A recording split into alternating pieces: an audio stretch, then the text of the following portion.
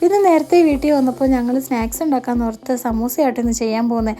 അപ്പോൾ അരക്കപ്പ് ഗോതമ്പ് പൊടി അരക്കപ്പ് മൈദമാവും കൂടെ മിക്സ് ചെയ്തിട്ട് നന്നായിട്ട് കുഴച്ച് വെച്ചു. പിന്നെ സ്റ്റഫിങ്ങിന് വേണ്ടിയിട്ട് 3 ഉരുളക്കിഴങ്ങും ഒരു കുഞ്ഞ് ക്യാരറ്റും കൂടെ വേവിച്ചെടുത്തിട്ടുണ്ട്, ഉപ്പിട്ട് വേവിച്ചെടുത്തു.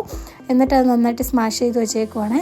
പിന്നെ ചിക്കൻ നന്നായിട്ട് ഫ്രൈ ചെയ്തെടുത്തു. എന്നിട്ട് അതിനെ ചെറുതാക്കി പൊടിച്ച് ചെറുതായിട്ട് മിക്സിയിലൊന്നിട്ട് ഒരടി അടിച്ച് എന്നിട്ട് അതും കൂടെ എല്ലാം മിക്സ് ചെയ്തിട്ട് പിന്നെ കുഴച്ച് വെച്ചിരിക്കുന്ന മാവ് പരത്തുകയാണ്. അതൊരു റൗണ്ട് ഷേപ്പിൽ ഈക്വലായിട്ട് പരത്തിയെടുത്തേ.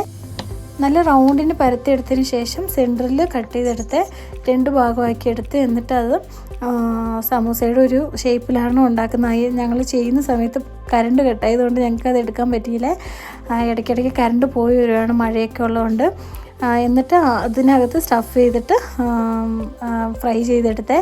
ഇപ്പോൾ ബാലൻസ് കുറച്ച് സ്റ്റഫിങ് വന്ന് അതിനെ ഉണ്ട ഷേപ്പിൽ കട്ട്ലറ്റാക്കി മാറ്റിയെടുത്തു. എന്നിട്ട് കുറച്ച് മയോണൈസൊക്കെ ഉണ്ടാക്കി ചായയുടെ കൂടെ കഴിച്ചു. അപ്പോൾ എല്ലാവർക്കും ടാറ്റാ ബൈ ബൈ.